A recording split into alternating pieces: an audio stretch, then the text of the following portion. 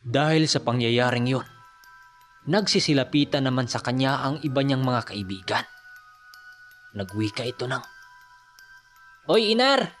Aba, nakatsamba ka yata ngayon ah. Ayun oh, nanalo ka din. At teka, walang galos itong manok mo ah. At fistang tapat pa talaga? Ano, inom tayo?" Wika ng dalawa niyang kaibigan na nagngangalang Masoy at Butoy. "Parang kanina lang punong-puno ako ng pangungutya sa inyo ah. Ngayon nagsisilapitan kayo sa akin." Sagot naman ni Inar sa isa niyang kaibigan. "Itong si Inar naman di talaga mabiro. Alam mo namang suporta kami sa'yo eh." "Anong suporta?" "Kapag meron ako." "Wag ako ting.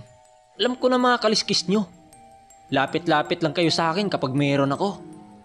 Wika naman ni Inar dito. Dahil sa kanyang mga sinasabi, nanahimik naman ang dalawa niyang kaibigan. Nang mapansin ni Inar ang mga yon, na tila ba nahiya yon sa kanyang mga sinasabi, dahan-dahan naman niya itong nilapitan at inakbayan ang dalawa niyang kaibigan. "Ano? Masakit ba? Kayo kasi, para kayong naiiba na sa akin. Kapag ako ang talunan sa sabungang ito, para kayong mga satanas na panay-udyok kay demonyo na sana matatalo pa ako ng lubusan." Wika naman ni Inar dito. Sumagot naman si Butoy dito ng, "Pasensya ka na pre ah. Ang laki kasi ng pusta namin sa manok namin nung nakaraan. Natalo lang nung ikaw nagtari." Habang akbay-akbay ang tatlo papuntang gilid ng sabungan, bigla namang tumalon ang manok niyang hawak. Pagtalo ng manok, sentro namang pumunta yon sa mukha ni Butoy. Napamura na lang ang kaibigan niyang yon. Sabay wika ng, "Di ba yung manok mo? Ilayo mo nga yan sa akin." Habang nakaupo sila sa bangko sa likuran ng sabungan, bigla namang naalala ni Inar ang naiwang matanda sa kubo. Kailangan niyang tingnan yun doon. Dahil baka makita yun ng mga kanyang kapatid at mga magulang. Siguradong magtataka yun dahil ang kubong yun nang iilang mga bunga ng nyug. Subalit bigla yung nawala sa kanyang isipan nang buhatin ng kanyang kaibigan ang kanyang manok. Maigi naman nilang kinapakapa ang katawan ng manok dahil wala yung galos. Ilalaban nila yon ulit sa araw ding yon.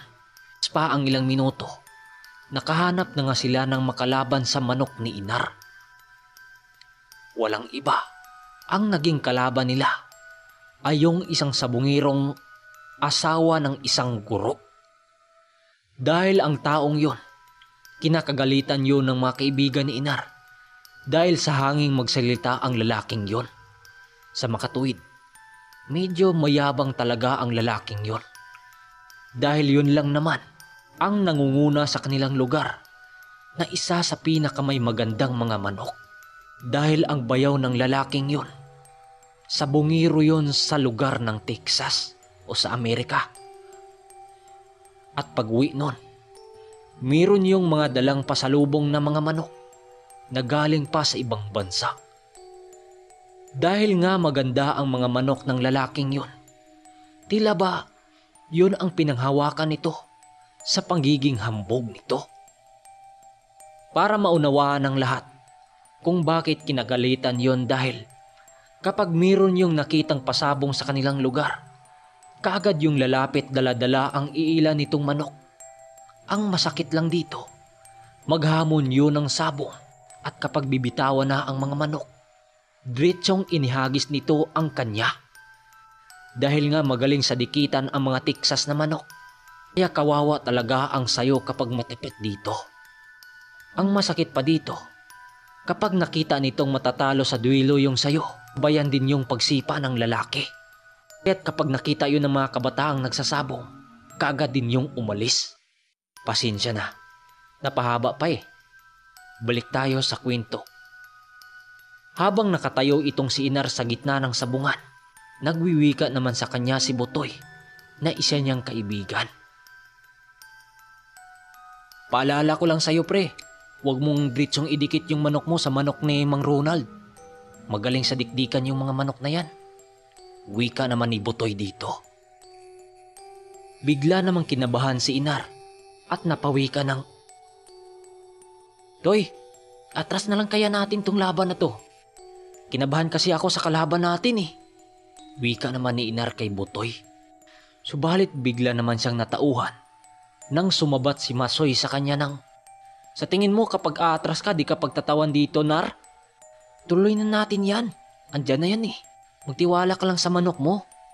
Habang papalapit si Inar sa bahaging gitna ng ruwida, nasipat naman niya si Mang Ronald na nakangising nakatingin sa kanya. Sa bandang likuran nito, nandun ang bayaw nitong isa ding sabungero sa ibang bansa. Hindi naging madali ang laban na yon dahil nga kilala ang kalaban nilang si Mang Ronald na maraming pumusta doon dahil nagpapanalo ang mga manok nito sa sabungan. Kung kaya't nahulog sa logrohan ang panig ni Inar. Kung baga, si 30 mil sa kalaban, sa kanila, si 50 mil lang. Para lang matuloy ang laban na yon, napilitan ang ibang mga taong pumusta kay Inar.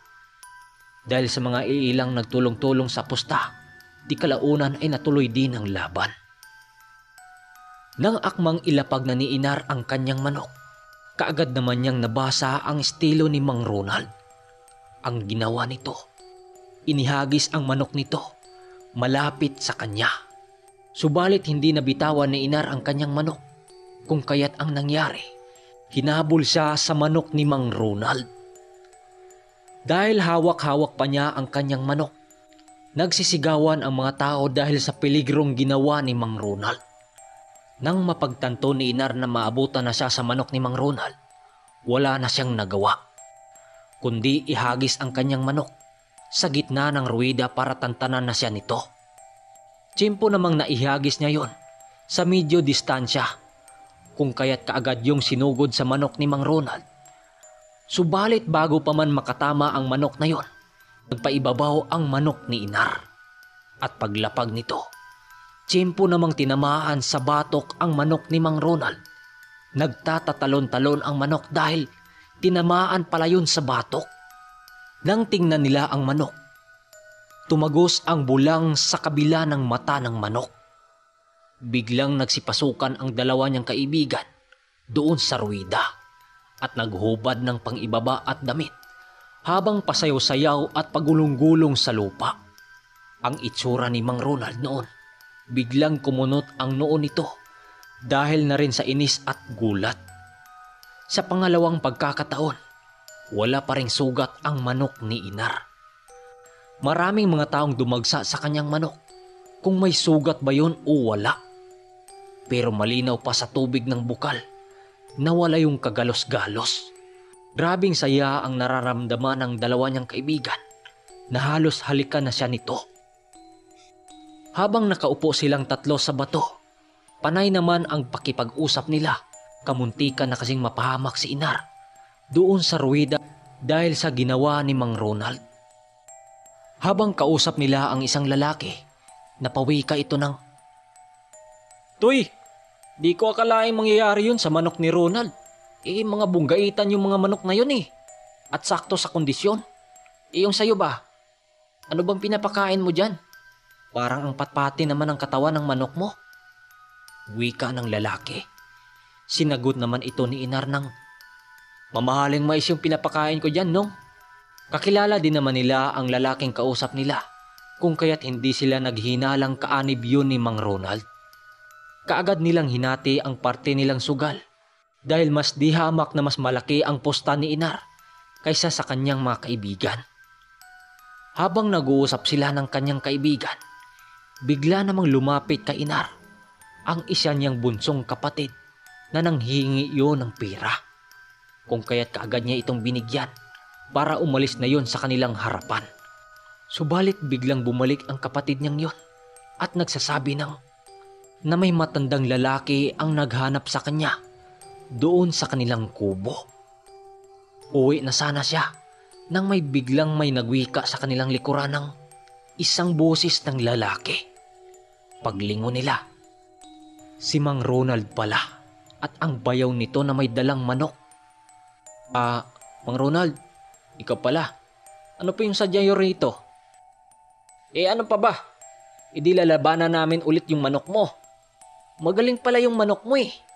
Ito ang lalabanan mo. Wika nito. Tatanggihan pa sana niya yon. Subalit nasipat niya si Butoy at ang kaibigan niyang si Masoy na nagsisinyas na, sige, ilaban niya raw. Kaya't sinabi na lang niya dito na maliitan lang ang pusta nila dahil malaki ang manok ni Mang Ronald. Pumayag naman yon habang nagwiwika ng, tingnan natin yung manok mo kung obra yan sa talisayin ko. Sige, kasa ha?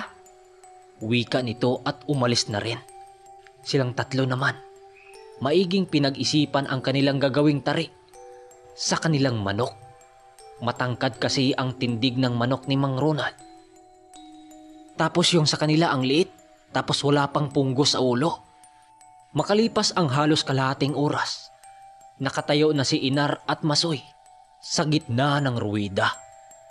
Nakikiusap si Masoy kay Inar na siya daw ang magbibitaw. Pumayag naman itong si Inar nang siyang pagkakamali niyang nagawa. Hindi kasi niya naisip noon na hindi pala gagana ang mutya kapag iba ang maghawak sa manok na bibitawan sa ruwida. Pagbitaw ni Masoy sa ruwida, bigla namang nagbuno ang dalawang manok. Ayon pa kay Inar, tatwing mahawakan ang kanyang manok sa tandang ni Ronald, animoy sisiw lang yon na dinampot sa agila at walang awang ginutay-gutay ang manok niya.